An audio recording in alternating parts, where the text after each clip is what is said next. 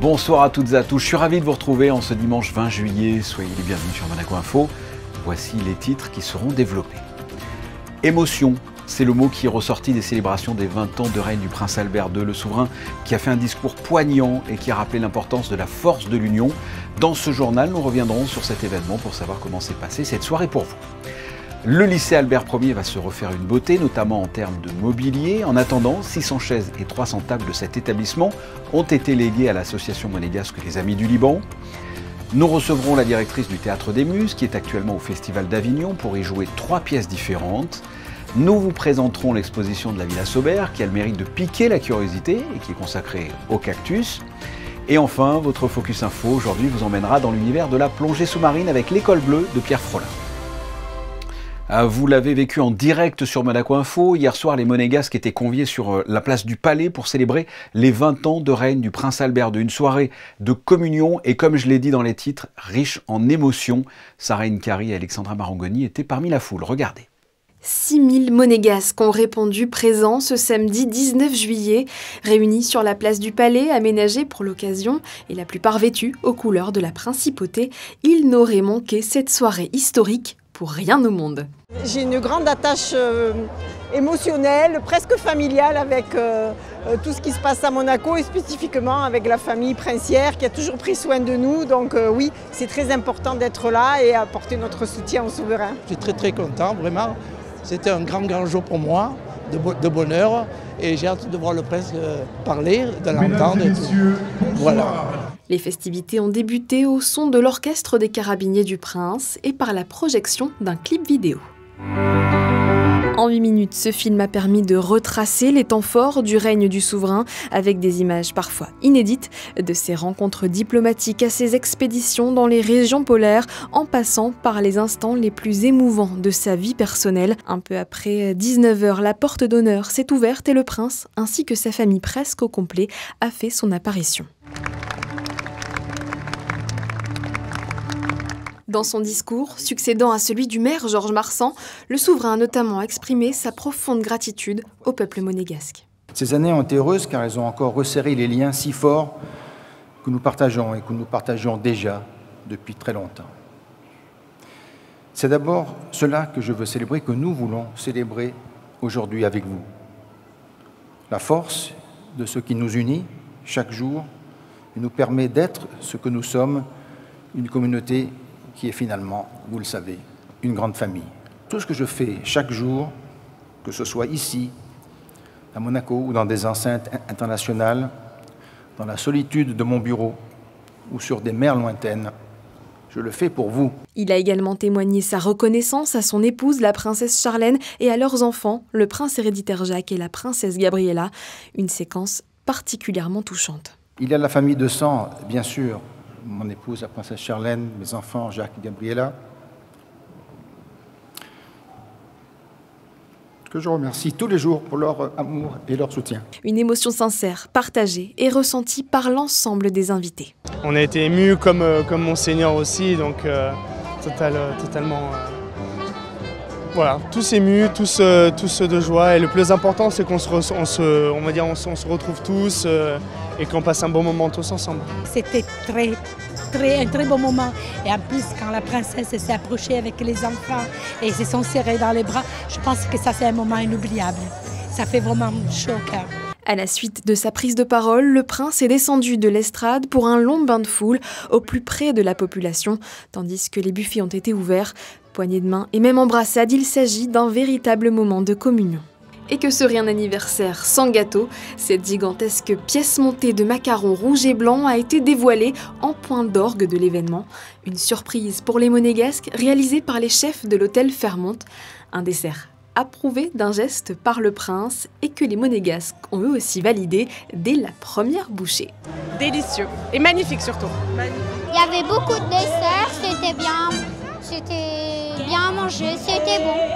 Alors que le soleil décline doucement, petits et grands profitent ensemble, portés par la voix de Mandy Ayash, membre fondatrice des Roca Girls, pour que cette énergie, cette joie et cette magie continuent d'habiter la principauté cette nuit et pour les 20 prochaines années. We are family. Magnifique.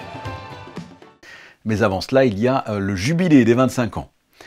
Le lycée Albert Ier a entamé sa campagne de modernisation de l'établissement avec l'acquisition de nouveaux matériels dans le soin de ne rien gaspiller. Quelques 600 chaises et 300 tables ont été léguées à l'association monégasque Les Amis du Liban. Yannick de Bever vous explique le déroulement de cette action sur des images de Sylvain Péroumal. C'est un convoi exceptionnel qui partait de Monaco ce mercredi soir depuis le parvis du musée océanographique. Dans ce container, le reste des 600 chaises et 300 tables du lycée Albert Ier, léguées à l'association Les Amis du Liban. Une logistique de déménagement entièrement prise en charge par le gouvernement. Nous, on a été mandatés pour vider en fait tout le mobilier du lycée Albert Ier dans le cadre des travaux qui ont lieu. Donc le gouvernement monégasque en fait a souhaité donner une seconde vie au mobilier qu'ils n'allaient plus utiliser. Donc c'est vrai que c'est du mobilier quand même qui est encore en bon état, des tables, des chaises. L'association Les Amis du Liban, très active en principauté, fait donc parvenir ce mobilier au pays du Cèdre, récemment touché par le conflit au Proche-Orient. L'objectif de ces donations est de pouvoir équiper une quarantaine de classes. On pense avec ces deux conteneurs offerts par le gouvernement, scolariser des enfants qui étaient des écoles qui étaient touchées par le conflit ou d'autres qui sont vraiment des écoles qui ont dans le besoin, qui ont des matériels très abîmés, ou bien il y a même des classes qui n'ont rien du tout et ils sont sur une chaise, deux enfants. Donc on va essayer de donner un peu de la joie à travers ces jolies donations. Et pour ce qui est du reste de l'ancien mobilier, il sera soit réutilisé, soit emmené vers un centre de tri. En football, les joueurs de l'AS Monaco sont actuellement en stage. Ils ont joué un 3e match de préparation en Angleterre. Ils étaient face au club de Nottingham, rencontre qui s'est achevée par un match nul, 0-0.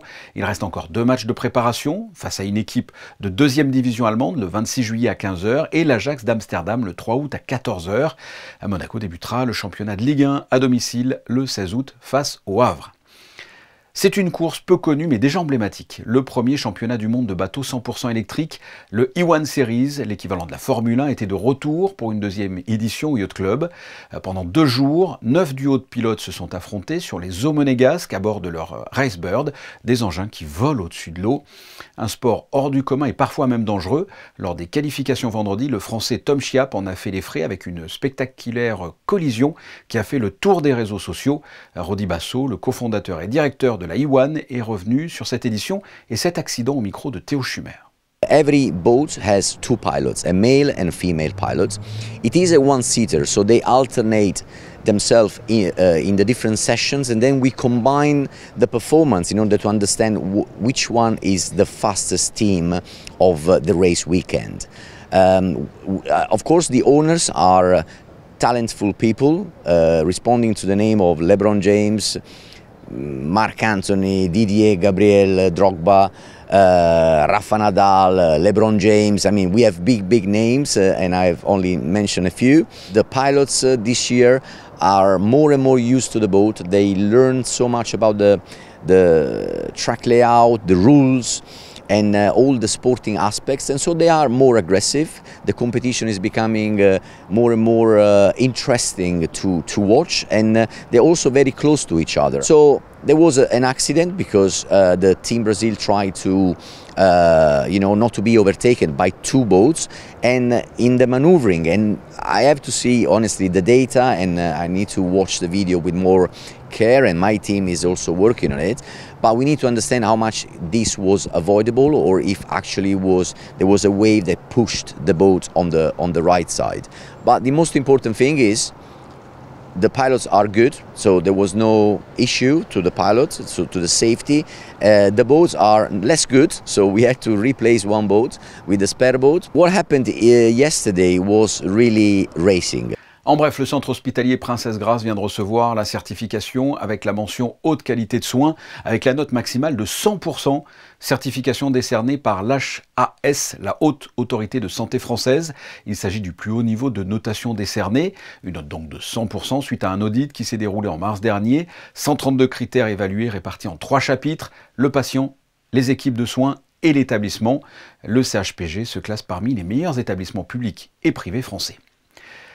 Le numéro d'information dédié aux victimes de violences change et se simplifie. Ce nouveau numéro de téléphone est le 3919.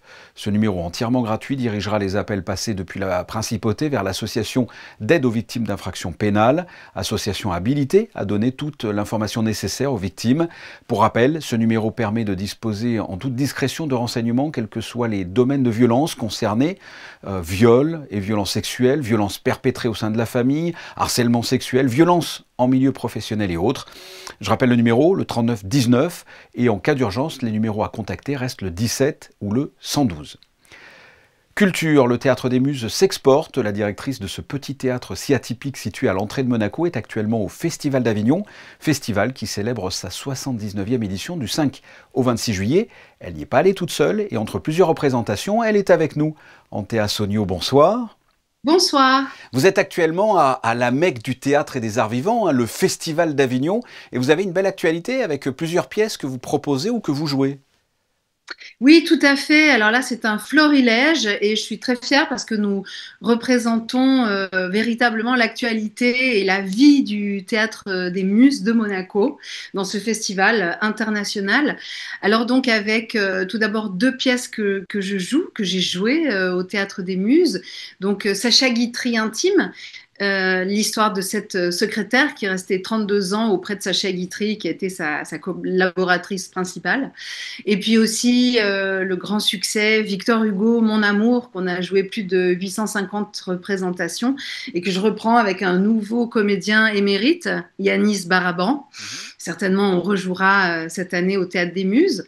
Et puis, le soir, à 20h40, nous donnons Le songe d'une nuit d'été, une pièce qui a été créée avec les élèves de l'atelier du Théâtre des Muses il y a quelques années et qu'on a repris petit à petit avec des comédiens qui sont en train de se professionnaliser.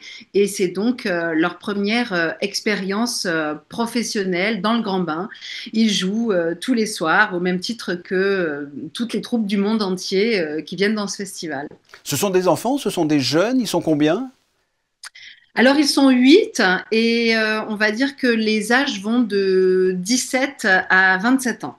D'accord. Ça doit avoir une saveur particulière pour vous, pour eux, comme ça, d'être à Avignon, pour eux pour la première fois ?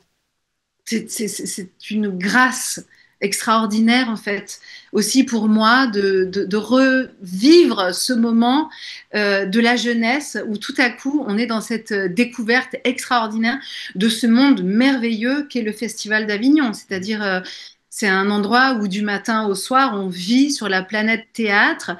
C'est à la fois grisant, excitant et aussi frustrant parce qu'on aimerait être partout en même temps. Il y a toujours quelque chose qu'on voudrait faire encore mieux. On voudrait trouver plus de programmateurs pour faire en sorte que le spectacle puisse s'exporter et représenter la principauté en Europe, à Paris, en province. On a envie de toucher plus de journalistes, on a envie de tout faire pour que les salles soient archi pleines. Et puis aussi, artistiquement, on peut faire toujours mieux. On joue des pièces de théâtre, mais on fait aussi du lobbying en quelque sorte. Ah oui, bien évidemment, c'est un grand marché du théâtre et notamment là, par exemple, parmi nos victoires, il y a de grandes chances que Victor Hugo, Mon amour, se reprenne au Théâtre du Lucernaire à Paris cette saison. D'accord. Comment est le public d'Avignon en règle générale ? Merveilleux. Ouais. Merveilleux. Alors vraiment, ce sont des amoureux du théâtre qui se déplacent et qui viennent de toute la France, de toute l'Europe, surtout les pays francophones, bien évidemment. Et ce sont des gens qui sont capables de se nourrir de sandwichs pour que ça aille plus vite durant toute leur période de festival, qui sont capables de faire des files d'attente sous le cagnard parce qu'ils veulent être au premier rang. Les gens se parlent dans les files d'attente alors qu'ils ne se connaissent pas. Chacun évoque son coup de cœur. Oh, allez voir ceci, allez voir cela. C'est vraiment une ambiance extraordinaire qui donne confiance en l'humanité. Alors, vous l'avez dit, c'est l'occasion de s'exporter, d'exporter vos pièces, mais c'est aussi l'occasion d'y faire ses courses, hein, c'est-à-dire que vous regardez, j'imagine, des pièces pour préparer votre saison ? Ah ben, complètement. Donc en fait, c'est ça qui fait que c'est du non-stop. Pour ne rien vous cacher, je dors juste quelques heures par nuit, je me réveille et je fonce voir un théâtre. À la sortie, je distribue des tracts aux gens qui étaient là en leur disant Ah, si vous avez aimé le spectacle sur Madeleine Béjart, vous adorerez Fernande Choisel, la secrétaire de Sacha Guitry, ou bien Juliette Drouet qui a passé sa vie avec Victor Hugo. Et puis Le songe d'une nuit d'été, et puis hop, on court voir un autre spectacle, et puis vite, on sort, on se maquille, on installe le décor, on joue. Alors là, c'est le moment préféré, hein, bien évidemment. Et puis ensuite, des applaudissements tellement nourris. Régulièrement, les gens se lèvent, font des standing ovations. On sort de là, on va les embrasser. Et puis vite, on change de décor et on se rhabille, on va voir d'autres spectacles. Ça n'arrête pas. Ah oui, c'est véritablement un marathon, parfois dans des conditions climatiques qui sont pas faciles. Hein. Des fois, c'est un marathon dans le désert, on va dire. Des fois, il fait très chaud, on dégouline. Finalement, on arrive dans une salle avec une climatisation hyper forte. Faut se couvrir. Non, c'est du sport. Musclé. Anthea Sogno, merci. Et comme le veut la tradition, je vous dis merde pour toutes vos représentations. Je prends. Parmi les nombreuses expositions à découvrir un peu partout dans Monaco, Cactus à la Villa Saubert, une sélection d'œuvres de plusieurs artistes qui mettent à l'honneur cette plante si spéciale. Gaëtan Lebrun et Julien Laugier vont peut-être vous donner envie d'aller la découvrir. Avec ces cactus qui dégoulinent comme des serpents. Le nouveau musée national de Monaco propose une plongée inédite dans l'univers fascinant des plantes grasses. L'exposition, sobrement intitulée Cactus, réunit une centaine d'œuvres mêlant art, design, cinéma et botanique, avec au cœur de cette présentation une plante que l'on croyait familière, mais qui révèle ici toute sa richesse esthétique et symbolique. Le cactus, il est intéressant parce qu'il est très important dans les paysages de la Méditerranée, ici à Monaco et partout ailleurs. C'est une famille assez emblématique. On a perdu un peu aujourd'hui ce regard sur le vivant, cette capacité à le nommer, à le caractériser. Le cactus fait partie de ces plantes que, dès les plus jeunes âges, on va pouvoir identifier, nommer. Mais on voit aussi qu'à travers l'histoire naturelle et à travers l'art, c'est aussi une plante qui a beaucoup de choses à nous dire sur la période que l'on traverse. Beaucoup de questions traversent finalement cette figure du cactus qui résiste, qui a des adaptations extraordinaires pour économiser l'eau, pour résister à la chaleur. Donc c'était une plante en quelque sorte idéale pour évoquer et en tout cas contextualiser ce regard sur le vivant à l'époque contemporaine. Fruit d'une collaboration avec le musée Yves Saint-Laurent de Marrakech, cette exposition explore aussi les liens entre nature et création artistique. L'exposition est née à Marrakech. J'allais dire, on a presque, avec Marc Janson, planté une graine au Maroc. Et à Monaco, elle prend toute son ampleur. J'allais dire, elle a fleuri. Au fond, Monaco était la terre d'élection pour une exposition sur les cactus, puisqu'évidemment tout le monde a en tête le merveilleux jardin exotique qui a été, dans l'entre-deux-guerres, un endroit de réalisation de ce rêve, de rassembler des cactus. Et au fond, c'est une sorte d'exposition de cactus, le jardin exotique. Donc là, c'est une sorte de contrepoint, une espèce de rapport, j'ai tenté de dire, dialectique, entre le jardin de Monaco et, évidemment, le regard artistique sur cette forme extraordinaire qui est un cactus. Une exposition à découvrir jusqu'au 11 janvier 2026 dans les jardins et les salles de la Villa Saubert. Direction maintenant l'École Bleue, la fameuse Académie de la mer de Pierre Frolat, structure unique en son genre, qui propose aux enfants des initiations à la plongée sous-marine en période de vacances scolaires. Une expérience à la fois éducative, sportive et pleine d'émotions. C'est notre Focus Info. Il est signé Vanessa Dessy, Julien Laugier et Sébastien Mésadry. Là, normalement, on devrait être à 31, 32, 33.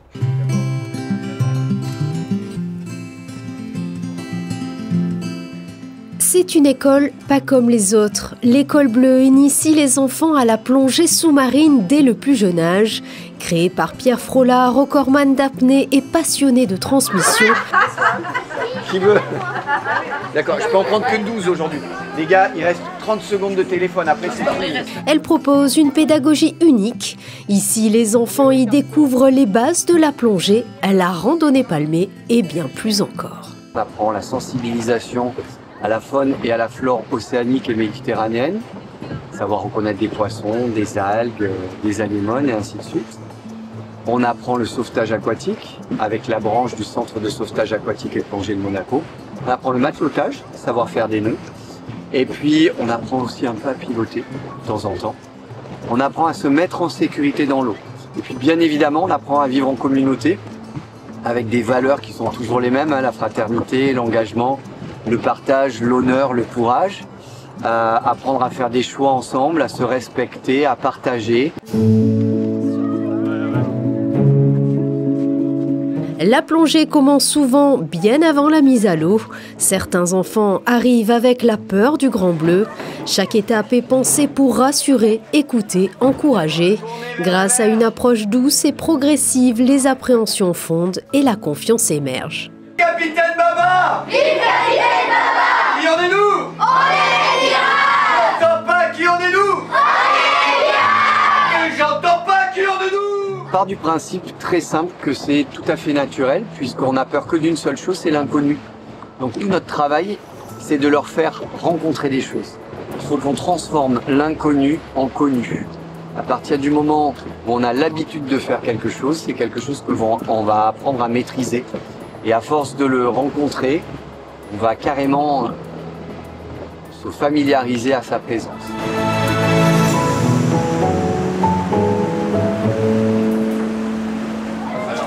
Charlène, Yann, Mathilde et Thomas. Très bien. Avec Bastien. À l'arrière, tribord. Depuis 2001, l'école bleue mise sur une approche simple, donner envie aux enfants de découvrir le monde sous-marin pour mieux le protéger. Plutôt que de moraliser, les encadrants jouent sur l'émerveillement. Et dans un monde marqué par les tensions, Pierre Frollard rappelle aussi l'importance du respect, de la vie en communauté et des valeurs humaines comme socle d'un avenir plus responsable. S'il y a quelque chose qui gêne, ce petit signe-là, et on me montre où? Les oreilles, dans les cas-là, on essaie.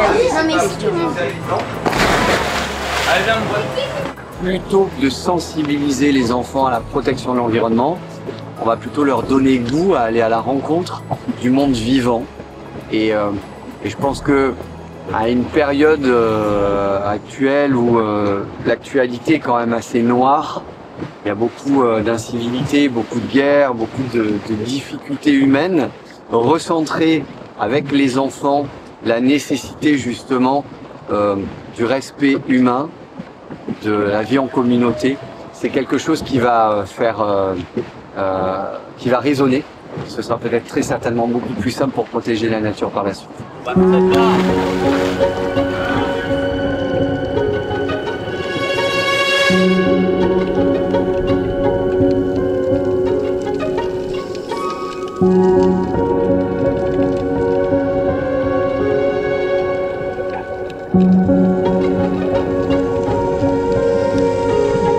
À leur retour de plongée, les enfants racontent avoir vu beaucoup d'animaux marins, mais aussi des déchets sous l'eau, plastique, canettes et parfois même des objets surprenants. À l'école bleue, cette prise de conscience se fait masque sur le visage et palme aux pieds, une façon concrète de les sensibiliser à la protection de la mer. J'ai vu quelques trucs. Hier, j'ai vu un parapluie, ce qui était un peu bizarre. Aujourd'hui, j'ai vu des culottes ou des chaussettes, je sais pas ce que c'était. C'est pas bien pour l'environnement et c'est surtout pas bien pour notre planète. Plein de plastique, j'ai vu du métal, j'ai vu un conteneur, ça pollue la terre. Il faut ramasser les déchets qui sont sous la mer, ne pas les laisser traîner, trier les déchets. Ne pas les laisser au bord de la mer parce qu'ils peuvent se faire emporter par l'eau et ça peut polluer. Pour pas polluer la mer, il faut ne pas la polluer. Il faut ramasser ces déchets et les mettre dans la poubelle. Je pense que c'est pas bien, il faut protéger la nature, il faut protéger la mer. C'est pas bien. Mais on n'est plus jetant les déchets dans la mer, même par terre. Là où on se baladait pour voir les poissons, il y avait l'animateur, il avait ramassé une canette de soda sous l'eau. qu'il faut nettoyer la mer et qu'il ne faut pas les jeter à l'eau. Le plastique et tout, ça pollue la mer. Il y a presque plus de tortues, vu qu'elles mangent. Je crois que le plastique, c'est des méduses, elles les mangent, après elles deviennent malades, ils peuvent mourir. Il y a des poissons qui meurent à cause de ça. À la fin du stage, Pierre Frola guette un sourire fier, un regard apaisé. Ce qu'il espère, que chaque enfant reparte grandi, curieux et surtout connecté à la Méditerranée. Car pour lui, aimer la mer, c'est déjà commencer à la protéger. Ce que l'on aime constater, c'est qu'ils prennent beaucoup plus confiance en eux, qu'ils découvrent tout simplement que finalement il n'y avait aucune crainte, qu'ils sont capables de beaucoup de choses, de très très grandes choses. Et ce qu'il y a de très très intéressant, à la fin de la semaine, les enfants sont fiers d'eux-mêmes. Souvent les adultes disent aux enfants « je suis fier de toi ». Mais en réalité, il faut que les enfants soient fiers d'eux-mêmes, parce qu'ils sont en construction. Et donc notre boulot, nous à l'École Bleue, c'est de leur donner confiance en eux-mêmes, de façon à ce que, avec les outils qu'on va leur prêter et l'enseignement va leur transmettre, qu'ils utilisent ces outils, puissent fabriquer leur propre chef-d'œuvre. À la fin du stage, les visages sont rayonnants, les enfants repartent ravis, fiers d'avoir vaincu leur peur, découvert un monde inconnu et vécu une aventure hors du commun. Entre éclats de rire et souvenirs plein la tête, tous garderont de cette plongée bien plus qu'une simple initiation. J'ai passé une excellente journée à l'école de la mer, franchement c'est sympa, on apprend plus de la plongée et on découvre des choses qu'on ne savait pas forcément. On a découvert plein de choses au fond de l'eau, grâce aux bouteilles et à la randonnée palmière. C'était super bien. J'ai fait mon baptême de plongée et j'ai adoré voir les poulpes et plein de choses d'autres comme les coquillages et voilà. J'ai jamais fait de plongée et du coup j'adore ça et c'est tout ce que je voulais dire. Et on a vu plein d'animaux et le plus chouette c'est qu'on voit des animaux qu'on n'a pas la chance de voir en plage. On fait de la plongée, du snorkeling et plein d'autres choses et ce qui me plaît le plus là-dedans c'est la plongée bouteille. Plonger pour mieux appréhender, respirer pour mieux grandir. À l'École Bleue, les enfants découvrent bien plus que le monde sous-marin. Ils trouvent confiance, curiosité et respect de la nature. Une parenthèse bleue qui laissera certainement une trace durable.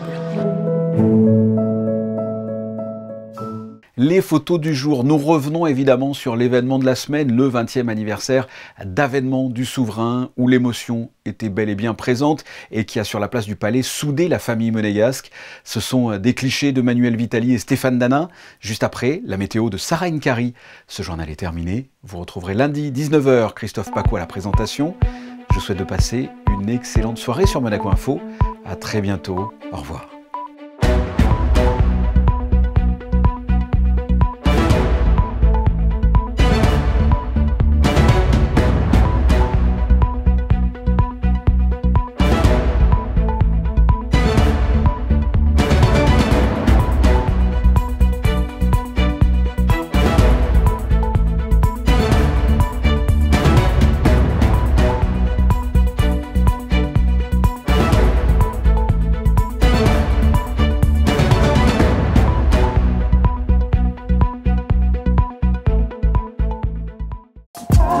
Retrouvez la météo avec Maya Bay, le restaurant référence thaï japonais de Monaco. Bonsoir à tous, le soleil est de retour pour ce début de semaine. Bien que la matinée de demain devrait s'accompagner de quelques gouttes, le ciel devrait rapidement s'éclaircir. Côté température, le mercure grimpera et la maximale le matin sera de 22 degrés et de 30 l'après-midi contre 26 aujourd'hui. De quoi se rassurer, le ressenti sera certainement plus faible en raison des rafales de vent pouvant atteindre 50 km/h. Enfin, si vous connaissez des Victor, pensez à leur souhaiter une bonne fête demain. Idem pour les Belges de votre entourage. Le 21 juillet, c'est la fête nationale du plat pays. Excellente soirée à vous sur Monaco Info. C'était la météo avec Maya Bay, le restaurant référence thaï japonais de Monaco.